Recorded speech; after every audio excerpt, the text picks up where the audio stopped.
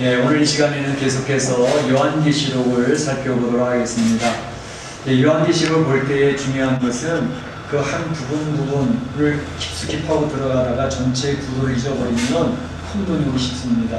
그래서 요한 전체 뼈대를 잘 머릿속에 그리고 있는 게 굉장히 중요합니다.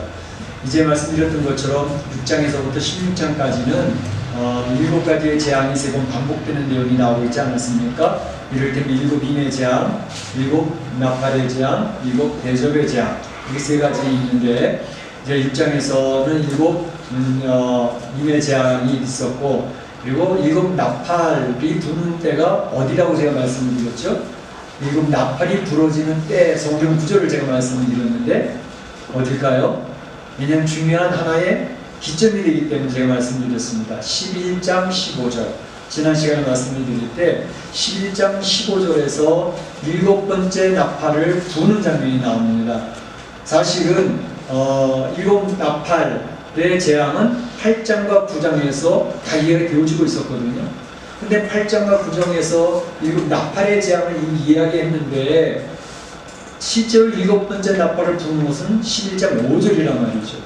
그리고 또 이제 7 대접의 재앙이 나오는 것은 15장과 16장이란 말이죠. 그러니까 중간에 굉장히 간격이 있어요. 그 중간에 삽입되어져 있는 것이 있다는 것을 말씀을 드렸습니다. 그러니까 11장 15절 7번째 나팔을 부는 것을 중심으로 삼고, 그 앞에 이제 6장에서는 7인의 재앙, 그리고 이제 8장 9장에서는 7 나팔의 재앙인데 7번째 나팔은 실제적으로는 11장 15절에서 얘기하고 있고, 그리고 7 대접의 재앙은 15장과 16장에 있다 이렇게 드렸는데, 자, 7 그 나팔의 재앙을 이야기하기 전에 8장 9장인데 그 앞에 간격이 7장이 삽입이 되어져 있다고 말씀을 드려서 7장에는 14만 4천이 인을 치는 장면, 그리고 환란을 통과한 흰옷 입은 무리의 내용을 이제 설명을 드렸고, 그 다음에 8장 9장이 이제 7 나팔의 재앙이 있는데 7 거기까지는 6번째 나팔까지만 이야기 되어져 있고, 실제로 7 나팔을 부는 장면은 11장 15절인데 그 사이에 또 간격이 있잖아요. 10장의 간격과 11장 1절에서 14절까지의 간격이 있는데 거기도 2가지가 끼어 들어가 있다고 말씀을 드렸습니다. 그 2가지, 첫 번째는 뭐였죠? 천사와 작은 두루마리. 그래서 작은 두루마리를 가져가라, 그리고 먹어버려라, 그리고 잘 소화해서 그 두루마리 내용을 선포하고 예언하라 라고 하는 그런 말씀을 드렸습니다. 그래서 11장 15절에 7번째 나팔이 불고 난 다음에 7번째 나팔이 불고 난 다음에 7 대접의 재앙은 실제적으로 15장과 16장에 나오는데 그 사이 간격이 있잖아요. 그러니까 12장, 13장, 14장 이게 또 끼어들어가 있는 섭파가 들어가 있단 말이죠.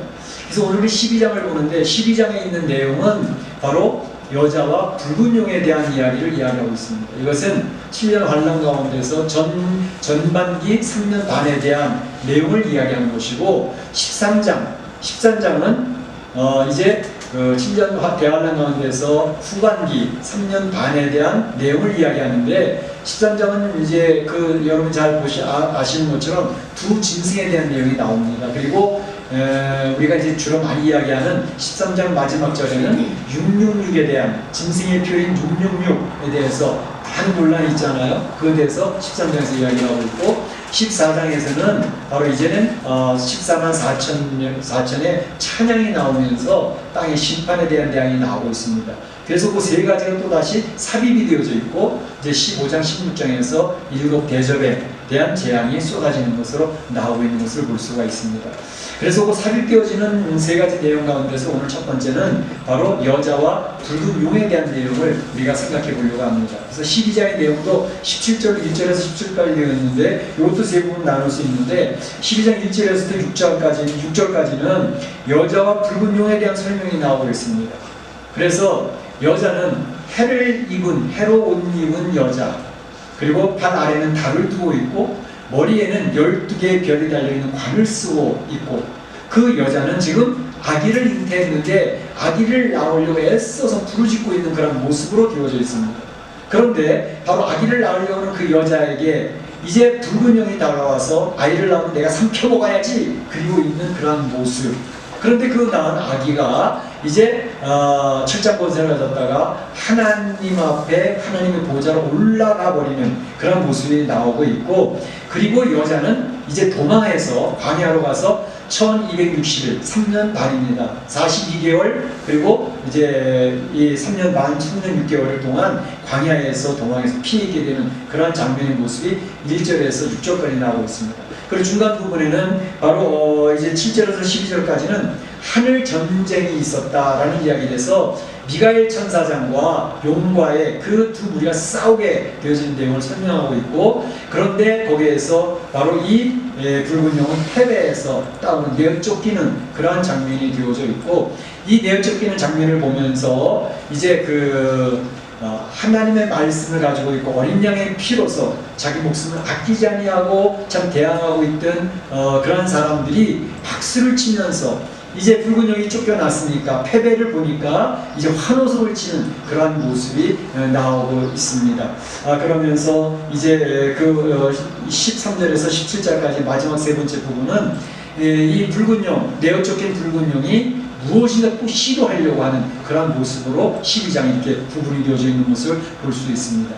그래서 그런 내용을 이제 머릿속에 그림을 그리면서, 그렇다면 우리가 살펴보고자 하는 내용은 여기에 나와 있는 여자는 무엇이고 여자가 낳을 아들은 무엇인가 라는 것에 대해서 먼저 살펴보고, 두 번째는 붉은 영이라는 것은 도대체 무엇이며 붉은 영은 도대체 어떻게 되어졌는가 하는 것을 두 번째로 살펴보고, 세 번째로는 이 내어 쫓긴 붉은 영이 하고자 하는 일들은 무엇인가 하는 것을 살펴보면서 오늘 말씀을 은혜를 나누고자 하는 것입니다. 먼저 여자는 누구이며 여자가 낳는 아들은 무엇을 의미하는 것인가 라고 말씀을 살펴보겠습니다. 먼저 결론부터 말씀을 드리면, 여자는 바로 모든 시대에 있었던 하나님 백성의 공동체인 교회를 이야기하는 것입니다. 여자는 교회를 의미하는 것입니다. 이제 성경에 보게 되면 여자를 교회로 의미하는 것들이 하나님의 백성 공동체에 의한 것들이 많이 나옵니다. 고린도후서 11장 2절에 보게 되면 사도 바울은 정결한 처녀인 그 하나님의 백성들을 한 남편인 그리스도에게 드리고자 중매함이로다 이렇게 이야기를 하고 있습니다. 하나님의 백성들을 하나님 앞에 정결하게 세워지는 처녀, 여자로 설명을 하기도 하고, 에베소 5장 25절 27절을 보게 되면 교회 공동체를 아내로 이렇게 상징해서 설명하는 것을 볼 수가 있습니다. 그러니까 여자는 교회구나 라는 것을 생각하시고, 이 구원받은 하나님의 백성들 공동체구나 생각하시면 이 내용이 이제 풀어지는 내용이 이해가 되어지기 시작할 것입니다. 특별히 이 여자가 헤롯을 입었다는 것은 교회는 굉장히 영광스러운 존재라는 사실을 이야기하는 것이고, 또 발 아래 달을 두었다 하는 것은 그 교회라는 존재는 대단한 권세를 가진 하나님의 권세를 위임받은 그런 존재라는 사실을 이야기하고 있는 것이고, 12별을 가지고 있는 관을 썼다라는 것은 이 관은 승리를 이야기하는 것이거든요. 통치를 이야기하는 것이기 때문에 바로 이 교회는 이제 12개 완전히 12지파 12제자들로 구성되어 있는 그런 승리자의 모습으로, 통치자의 모습으로 왕같은 제사장으로 이 세상에 세워지는 하나님의 교회를 이해한다고 말할 수가 있습니다. 그런데 여기서 보게 되면 이 여자가 아이를 베어 해산하게 되매 아파서 애써 부르짖었도다 라는 그런 내용이 이제 2절에 나오는데, 여자가 아이를 베었다, 또 해산하게 되어져서 아파서 애를 써서 부르짖었다, 이게 도대체 무엇일까 하는 것입니다. 먼저 아이에 대해서 설명을 해보게 되면 이제 5절 6절에 보게 되면 그 아이를 설명을 하니 이렇게 설명합니다. 여자가 낳은 아들은 어떤 존재였느냐, 바로 5절에 보게 되면 철장으로 만국을 다스릴 남자라. 이 여자가 낳은 아들이 철장으로 만국을 다스릴 남자라는 거죠. 그 아이를 하나님 앞과 그 보좌 앞으로 올려가더라 했습니다. 그래서 바로 이 아들, 이제 시편 2편 9절에 보게 되면 그와 비슷한 성경 구절이 나오는데, 내가 철장으로 저희를 깨뜨리며 했습니다. 내가 철장으로 저희 대적들을 깨뜨려버릴 것이다 라는 말을 이용해서 나온 내용이거든요. 자, 이 정도 되면 우리 성도 생각할 때, 여자가 낳은 아들은 누구겠구나 짐작이 가시죠? 누구일 것 같습니까? 누구? 메시아 되신 예수 그리스도를 이야기하는 것입니다. 그래서 예수 그리스도가 여자의 후손이라는 사실을 정확하게 설명하고 있는 것이 창세기 3장 15절에 얘기하고 있죠. 여자의 후손은 내 머리를 상하게 할 것이요, 내 머리, 어떤 머리? 뱀의 머리를 상하게 할 것이라는 말, 짓밟을 것이라는 거죠. 여기서 여자의 후손은 오게 될 메시아를 이야기하는 것이죠. 또 갈라디아서 4장 4절에 보게 되면 때가 참에 하나님이 그 아들을 보내사 여자에게서 나게 하시고 이렇게 얘기하고 있잖아요. 그러니까 여자에게서 메시아 되신 예수 그리스도께서 오신다라는 사실을 정확하게 이야기하고 있습니다. 그런데 바로 이 여자가 낳은 아들을 이제 이 붉은 용이 삼키려고 만반의 대비를 나가고 있는 거죠. 근데 붉은 용이 여자가 낳은 아들을 삼킬 수 있었나요? 없었나요? 성공했나요? 실패했나요? 어때요? 실패했죠. 자, 이제 사실은 예수 그리스도께서 이 땅에 오셨을 때에 이 아이를 죽이려고 헤롯 왕이 시도했던 게 뭐예요? 2살 아래 아이는 모조리 다 죽여라! 메시아의 오심을 중단시키기 위해서 죽이려고 그런 시도를 했지만 예수님은 이미 피한 상태가 되어졌다는 것이죠. 그래서 첫 번째 예수 그리스도를 죽이려는 시도는 실패했습니다. 두 번째도 시도했었죠. 뭐죠? 예수님 땅에 오셔서 주의 나라를 선포하고 주의 백성들을 모으며 회개시켜서 하나님 나라 백성으로 세워져 가게 할 때에 그 대적들은 예수님을 죽이려고 아주 치밀한 계획을 세웠어요. 얼마나 교활한 계획들을 세웠어요. 거짓 증인들을 세워 수단과 방법을 가리지 아니해서 예수님 십자가로 몰고 나갔지 않았습니까? 그래서 십자가에서 예수 죽을 때 그 능력의 왕이, 그 하나님의 빛의 사자가 십자가에서 처참하고 무력하게 초라하게 죄인의 모습으로 죽었단 말이죠. 그때의 그 대적들, 그들은 얼마나 박수치고 좋아했는지 모릅니다. 드디어 우리가 그 아들 메시아를 죽였다, 그래서 우리는 성공했다 라고 박수를 치고 있는 그때 3일 후에 예수님께서 죽음의 권세를 깨뜨리고 무덤의 문을 여시고 일어나심으로 말미암아 부활하심으로 사단이 가장 강력하게 사용하는 죽음의 권세를 무너뜨렸던 것이죠. 그래서 바로 아들을 죽이려고 삼키려고 했던 그러한 시도는 좌절되고 말았다는 것을 이야기합니다. 뿐만 아니라 그 예수님은 살아나셔서 주님의 보좌로 승천하셨던 것을 이야기하고 있지요. 그러니까 여기서 나온 여자와 아들의 그 내용들이 이해가 되시겠죠? 자, 그런데 바로 이 여자를 해산하게 되어 아파서 부르짖었도다, 애써서 부르짖었도다. 구약에 있는 하나님의 백성들, 성도들은 메시아가 오기를 위해서 그 광야교회 구약의 성도들은 그렇게 메시아를 기다리며 부르짖었습니다. 많은 선지자들이 메시아 어서 오시옵소서라고 부르짖었습니다. 그래서 예수님이 신약시대를 여시면서 그때 모시지 않았습니까? 자, 그런데 바로 신약에 있는 성도들이 이제 교회를 구성을 하고 하나님 나라가 확장되어 선포되어져 가는데 바로 이 교회 공동체에서는 또 이 아들, 예수 그리스도 맏아들이라고 했잖아요. 그래서 예수 그리스도를 통해서 이 땅에 하나님의 자녀들이 세워져 가는데 남은 자손이죠. 이 후손들, 이 남은 자손들, 하나님의 백성들이 교회를 통해서 세워져 가는 것입니다. 그래서 이 교회 공동체가 얼마나 중요한 존재인지 몰라요. 교회 공동체를 통해서 주의 말씀이 가르쳐지고 주의 말씀으로 양육을 받고 주의 말씀이 선포되어지고 하나님 나라가 선포되는 가운데 이 교회 공동체 안에서 예수 믿는 성도들이 생기는 것입니다. 예수 영접하고 하나님 자녀로 태어났을 뿐만 아니라 교회 공동체의 것을 통해서 애쓰고 성도들이 부르짖음으로 마음의 교회 안에서 하나님의 사람들이 성장하고 성숙하고 하나님의 일꾼으로 세워져가는 것이 교회 공동체를 통해서 이루어져가는 것입니다. 그래서 교회는 애써서 부르짖고 하나님의 자녀들을 세워나가고 남들 세워가고 양육해나가는 이 일을 교회가 지금도 땀을 흘려가면서 애를 쓰고 어떤 고난이 있고 어떤 파괴 공작이 있더라도 그걸 이기려고 애를 쓰는 것이 교회를 통해서 이루어져가는 것입니다. 여러분들은 교회를 사랑하시기를 축원합니다. 우리 교회 공동체 얼마나 소중한 존재인가를 기억하시고 바로 이 교회가 아이를 베어 예수 그리스도가 예수 그리스도 오셨고 예수 그리스도 통해서 하나님의 백성들이 세워지는 이 일을 통해서 부르짖고 있고 애쓰고 있는 이런 교회 공동체 너무너무 소중한 것이다.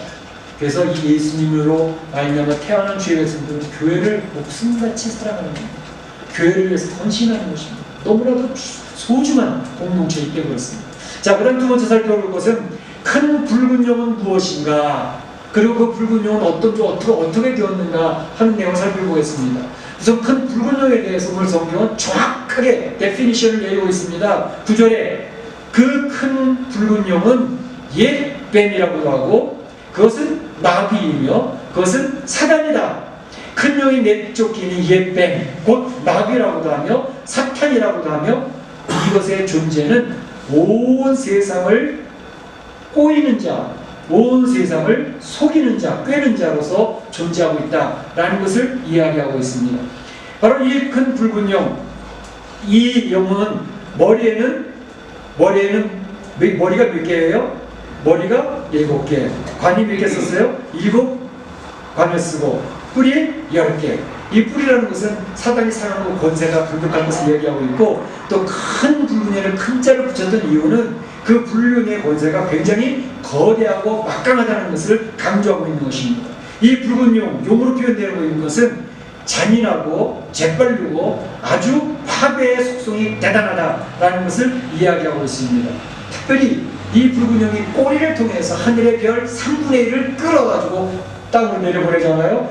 꼬리를 통해서 자기의 수종을 들고 자기 일을 감당하는 그런 그 존재를 3분의 1 끌어가는데, 꼬리라고 하는 말로 표현하는 것은 거짓말과 속임수, 수단과 방법을 가리지 아니하고 바로 그 거짓말과 속임수로 이것을 끌어가는 그런 존재라는 것을 이야기하고 있습니다.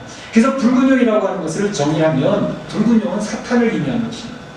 그리고 그 사탄은 거짓말과 속임수로, 꾀임으로 바로 파괴하고 공격하는 잔인성을 가지고 있다는 것을 이야기하고 있습니다. 이 붉은 용이 정확히 나가는 방법은 두 가지의 측면이 있습니다. 첫 번째는 개인, 이 세상에 오는 개인, 성도들을 포함해서 그들을 계속 참수하는 자로 남아 있습니다. 왜냐하면 말씀드렸던 것처럼 이 생에 태어난 모든 사람들은 죄성을 가지고 태어나기 때문에 살아가면서 죄를 자꾸 짓습니다. 죄의 열매들이 있습니다. 성도들은 예외이지 않습니다. 그러니까 죄를 지을 때마다 사탄은 와서 참선을 합니다. 너 죄 졌잖아. 네가 알고 있고 내가 알고 있어. 왜 그걸 인정하지 않으려고 해? 그래서 죄를 지적을 하면서 죄책감을 갖게 하고, 죄를 지은 자는 죄의 삭은 사망에 이랬으니 너는 죽을 존재야 라고 하면서 죽음의 칼을 갖다 대놓고 자기의 굴복하도록 재간을 물려서 끌고 다니는 게 사단의 속성입니다. 그 참수하는 자로서 개인을 공격을 하고 있습니다. 그런가 하면 개인만 공격하는 게 아니라 이 세상 전체를 장악하려고 하는 의도를 가지고 있습니다. 이 세상 전체를 속이고 거짓말을 해서 장악해 나가려고 하는데, 그것은 이 세상 사람들을 사상적으로 장악을 하고 하나님과의 성경적인 가치관을 끌어보려고 하는 그런 사상들을 이제 가지고 이 세상을 끌고 가려고 합니다. 그의 시도들이 뭐죠? 옛날에 이름 많이 있었지만 특별히 진화론을 통해서 초등학교 들어가자마자부터 진화론을 가르칩니다. 창조론은 무슨 창조론? 하나님이 어디 있어? 세상은 진화를 통해서 가는 거야. 세상 사람들이 머리를 장악을 합니다. 그런데 이 진화론만 가지고 되는 게 아니라 이제 최근에는 공산주의 유물론을 가지고 성공하는 듯 보였습니다. 그래서 이제 레닌을 비롯해서 스탈린도 원래 기독교인이었습니다. 그런데 바로 이런 사상을 이제 공산주의 유물론으로 연결되면서 기독교를 버리고 유물론을 따라갔던 그런 사람입니다. 그러니까 공산주의 이론을 가지고 세상을 이데아, 파라다이스의 세상을 만들 수 있다라고 강력하게 외치는데, 그것이 허구였다는 사실을 그들이 해보니까 안 되더라는 거죠. 그래서 공산주의를 신봉하던 사르트르라고 하는 사람은 그가 공산주의는 실패고 거짓이었다라는 것을 나중에 고백하고 있지 않습니까? 그런데 바로 공산주의 이론은 뭐예요? 유산자, 무산자를 구별을 해가지고 소위 많은 것을 가지고 있는 부르주아들, 그리고 착취당하는 프로레타리아, 이 노동자 계급이 부르주아 가진 자들을 때려 엎어서 투쟁으로 빼앗아서 평등해져야 된다는 것을 이야기하는 공산주의.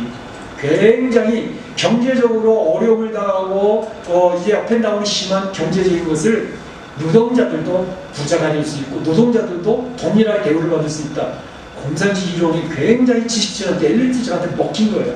그래서 공산주의 이론을 가지고 이제 했던 것이 바로 스탈린, 레닌, 스탈린, 중국의 마오쩌둥 못했던 그걸 했는데 해보니까 실제 해보니까 다 무살게 되어져 버린 거예요.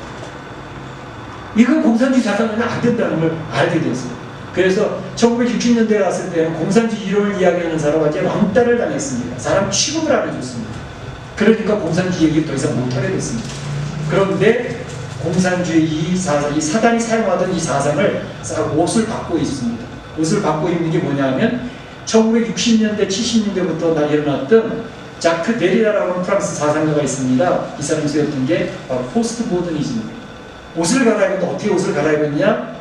이제 그 다음부터는 가진 자와 못 가진 자로 이야기하는 게 아니라 부르주아와 프롤레타리아 얘기하는 게 아니라 억압하는 자와 억압받는 자로 구분을 합니다. 억압하는 자와 억압받는 자. 옷은 옷만 갈아입는 거예요. 내용은 똑같습니다. 공산주의사랑 똑같습니다. 그래서 억압받는 자는 억압하는 자를 투쟁으로 물리쳐버려야 된다는 것입니다. 그러니까 이러한 사상을 1960년도, 70년대 배우면서 대학교 교수들의 머리를 전부 다 장악을 했습니다. 그래서 이 세상에 지금 유명 대학의 모든 교수들은 90%가 이 사상에 물들어 있는 사람들입니다. 그러니까 그러한 사상이 억압하는 자를 깨뜨려버려야 억압받는 자 살 수 있어요. 이를테면 여성들은 억압받는 자이고 남성들은 억압하는 자예요. 그러니까 억압받는 여성들은 남성들을 투쟁해서 이겨내야 돼요. 또 흑인들은 백인들에게 억압을 당하는 사람들이에요. 그러니까 흑인들은 백인들을 물리쳐야 돼요. BLM 운동입니다. 그리고 이러한 공산주의 사상의 안티파는 공산주의에서 지원하는 그러한 분들입니다. 거기서 또 같이 합세가 되죠. 뿐만 아니라 이것을 통해서 동성애자들 왜 그들은 억압받는 사람이야. 세상 사람들이 피해당하는 사람이야. 동성애자들은 그것을 이겨내야 돼 라고 해서 그런 구도로 억압하는 자, 억압받는 자 둘로 딱 구별을 해서 싸우게 만들었습니다. 그러니까 지금은 진실과 거짓, 그 사람이 생각하기 나름이지 진실이 어딨어, 거짓이 어딨어. 사람마다 생각과 관점에 따라서 거짓이 진실일 수도 있고 진실이라고 떠들고 진리라고 떠드는 것이 거짓일 수도 있어. 진실과 거짓을 흐리멍텅하게 만들거든요. 그리고 선과 악이라는 구분을 할 필요도 없다는 것입니다. 그러니까 무도덕의 세계입니다. 부도덕의 세계가 아니라 무도덕의 세계로 지금은 이러한 사상적인 싸움이 치열하게 벌어지고 있는 그것을 누가 하고 있느냐? 붉은 용이 전 세상의 머리를 장악하게 나가고 있는 것입니다. 그래서 이런 투쟁을 통해서 하나님이 만들어오는 세상의 질서 이걸 깨뜨려버려야 됩니다.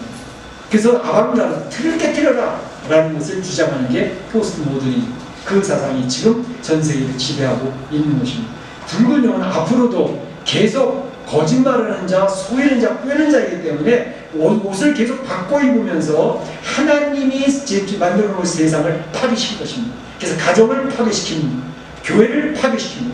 국가를 파괴시킵니다. 그래서 해체주의입니다. 앙심주의. 앙심이라는 것은 바로 인간이 가지고 있는 죄성, 그 안에 분노를 일으켜가지고 그 분노를 통해서 상대방들을 네 탓이라고 하면서 물리치는 그러한 세상을 만들어 나가겠다는 것입니다. 그러니까 지금도 붉은 용은 이 전 세계를 지배하고 있고 세상이 장악하는 그런 세상을 만들고 있다는 것입니다.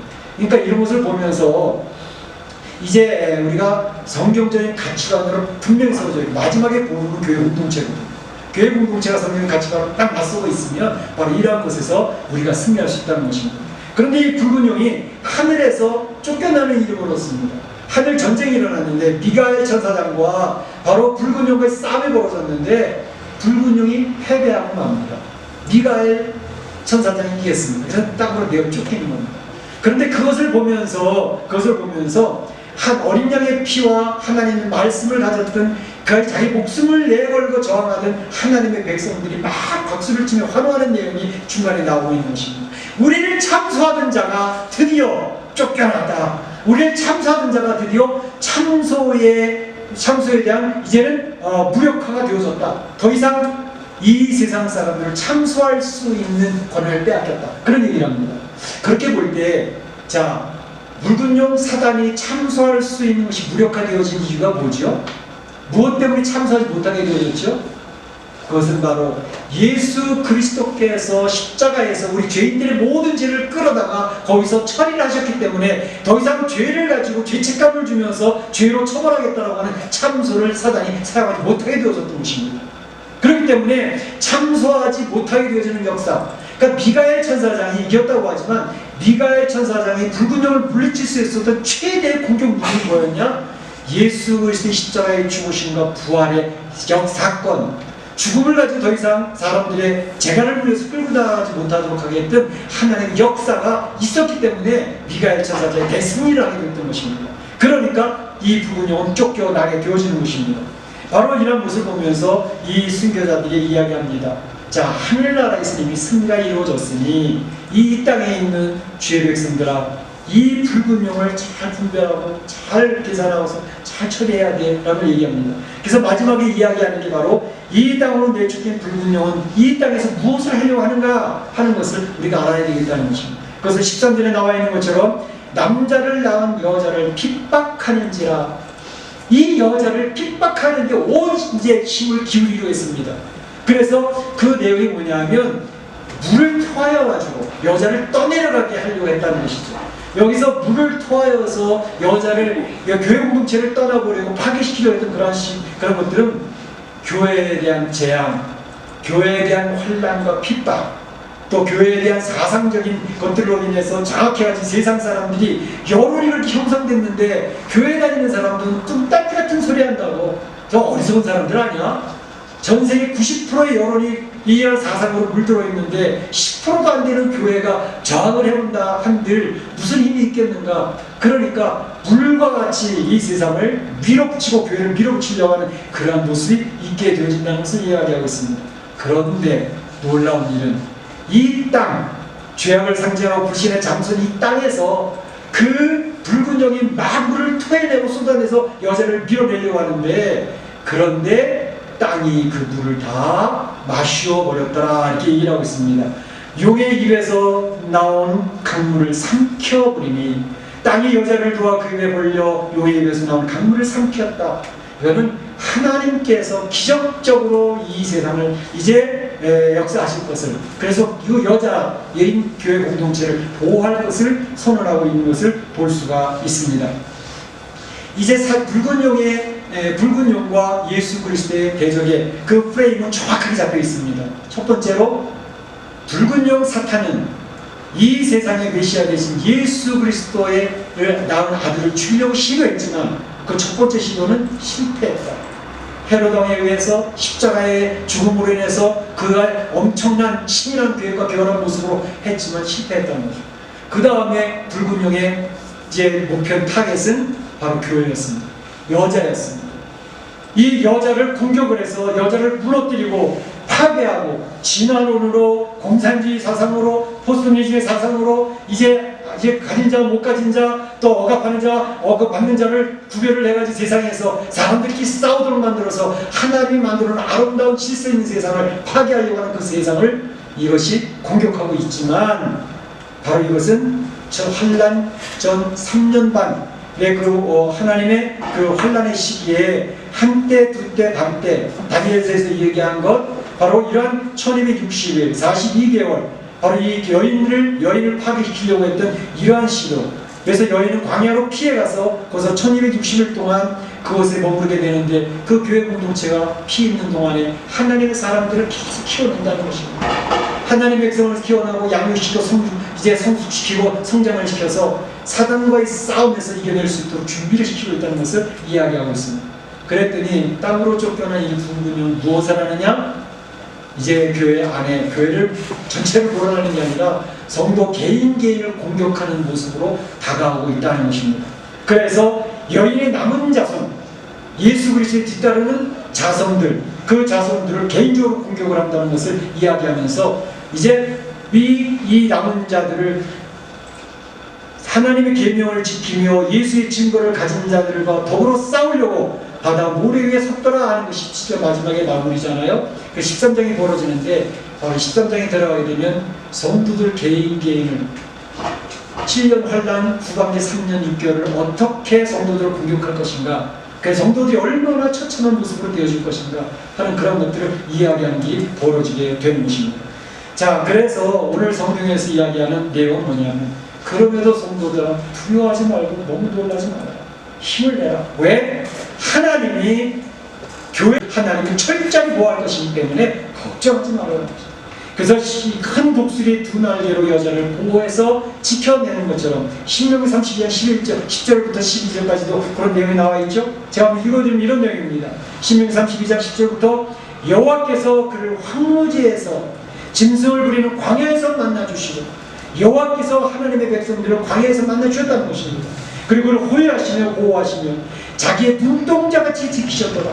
하나님의 백성들을 자기의 눈동자같이 지키셨다는 것입니다. 11절에 보게 되면 마치 독수리가 자기 보금자리를 어지럽게 하여 자기 새끼들을 너풀거리며 그 날개를 펴서 새끼를 받으며 그 날개 위에 그것을 얻는 것 같이 교회 공동체는 주의 백성들 독수리 날개로 훈련시켜 양육시켰듯이 주의 백성들은 지금도 양육시켜 나가고 있습니다. 전 세계에 흩어져 있는 많은 교회 안에 거듭난 주의 백성들이 있습니다. 그 주의 백성들이 바로 이 붉은 용과 대적해서 이겨낼 수 있도록 하나님 훈련시키고 있다고 하는 사실을 이야기하고 있습니다. 12절에 이야기하기를 여호와께서 홀로 그를 인도하셨고, 하나님이 그 백성을 인도하셨다는 겁니다. 홀로, 다른 신이 아닌 여호와께서 홀로 인도하셨기 때문에 그와 함께하는 다른 신이라는 것은 없었다라고 이야기를 합니다. 그래서 결론은 그겁니다. 성도와 교회를 하나님은 자기 눈동자같이 지키신다고 선언하시고 안전하게 보호하시고 지키실 것을 선포하고 계십니다. 그렇기 때문에 이 세상을 장악하고 이 세상이 자기 손안에 다 들어왔다고 좋아하는 붉은요, 그 큰 것으로 성도들을 핍박을 하고 환난을 주고 교회 공동체를 밀어내고 있는 붉은 용의 모든 권세, 그것과의 싸움, 붉은 용과 사탄과의 싸움은 이미 예수 그리스도께서 승리하셨기 때문에 승리한 싸움이라는 것입니다. 이미 승리가 선포된 싸움이기 때문에 예수님 옷자락 붙들고 따라가는 주의 백성들은 승리할 수밖에 없다라는 사실을 선언하는 것이 계시록의 중요한 내용입니다. 사랑하는 성도 여러분, 요한복음 16장 30절 예수님이 직접 얘기를 하셨습니다. 이렇게 얘기하십니다. 성도들아, 세상에서는 너희가 환난을 당하나, 세상에서 너희는 환난을 당하나 담대하라. 내가 세상을 이겼노라. 세상의 주인은 붉은 용 사탄이 아니라 바로 예수님이 진짜 통치자가 되신다 라는 사실을 이야기하고 계십니다. 사랑하는 성도 여러분, 이제 점점 마지막 때 종말에 가까워 있는 것을 많이 느끼고 있습니다. 피부적으로 느끼고 있습니다. 이 마지막 때 어떤 환난과 핍박이 다가온다 할지라도 하나님의 보호하심과 하나님이 돌봐주신 것을 확신하고 승리하는 성도들이 다 되실 수 있기를 주님의 이름으로 축원합니다. 축복합니다. 다 같이 한 목소리를 기도하겠습니다.